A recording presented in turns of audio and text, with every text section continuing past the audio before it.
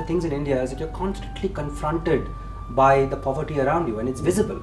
And there's something fundamentally inequitable. People need to take control of their destinies.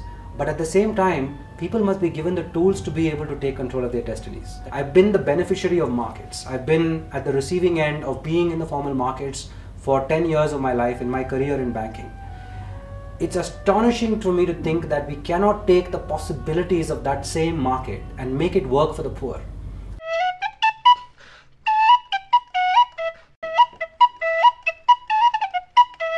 When you're taking the possibilities of the market and applying it into a sensitive sector like poverty alleviation, we must be careful that we are able to design institutions that can ensure that the positives of the market can be harnessed, but the challenges and the potential negatives of the market can be protected against. The simple way for us to address this duality was to separate the head and the heart. So given that, we said we can have a not-for-profit holding company which could become, in some sense, not only the promoter of say the microfinance institution, but also the conscience keeper in some sense of where this microfinance institution would eventually go. The funding that we got, the mezzanine round of money that we got from Michael and Susan Dell Foundation was the turning point in our vision for Janalakshmi, because that gave us the fuel to be able to actually roll this out onto the ground, to go beyond just being a laboratory to actually becoming a real operating company with multiple branches in many cities and so on.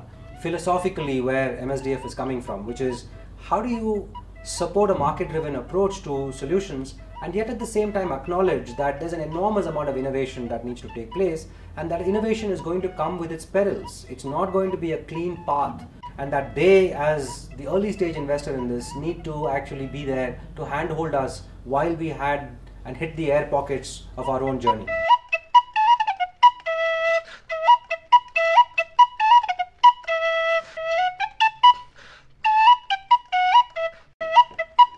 In urban areas, the urban poor, the people we were talking to, are exposed to a vibrant, buoyant urban informal economy.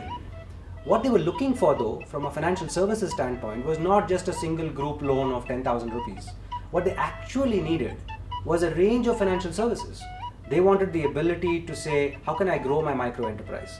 How can I smoothen out my cash flows? Because yes, I've got a good livelihood as a vegetable vendor, but every May I've got to put my children in school and I have this lumpy payment that I need to make for the school fees and the bag and the uniform and so on. How can I ensure that I get an insurance program? In fact, if I have surplus cash, how can I put it away in a safe place so that I can access that on a rainy day? What we needed was really a bank for the poor. And therefore, at the heart of this is to build an enterprise where the business processes are rock solid, and that means to have technology which can then enable the scalability of this proposition. We are one of the fastest growing microfinance institutions in the country. We are in 42 cities with 66 branches spread across 11 states with close to 500,000 customers.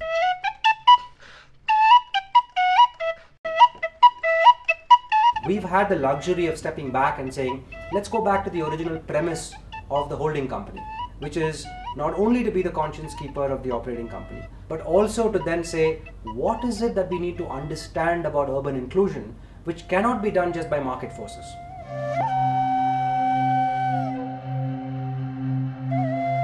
A core part of Janalakshmi Social Services focuses on what we call the client insights work, and hence we are trying to understand, what are the triggers that get them out of poverty, what is it that would regress them back into poverty. And the last of it is a client analytics group, which is to say, as we acquire customers, we're learning more and more about these customers. For instance, one of the first learnings for us was that the bottom of the pyramid is not some monolithic group. There's actually a pyramid at the bottom of the pyramid. All of that came with, requires a significant amount of patient capital. And I think the foundation has played a critical role in that period.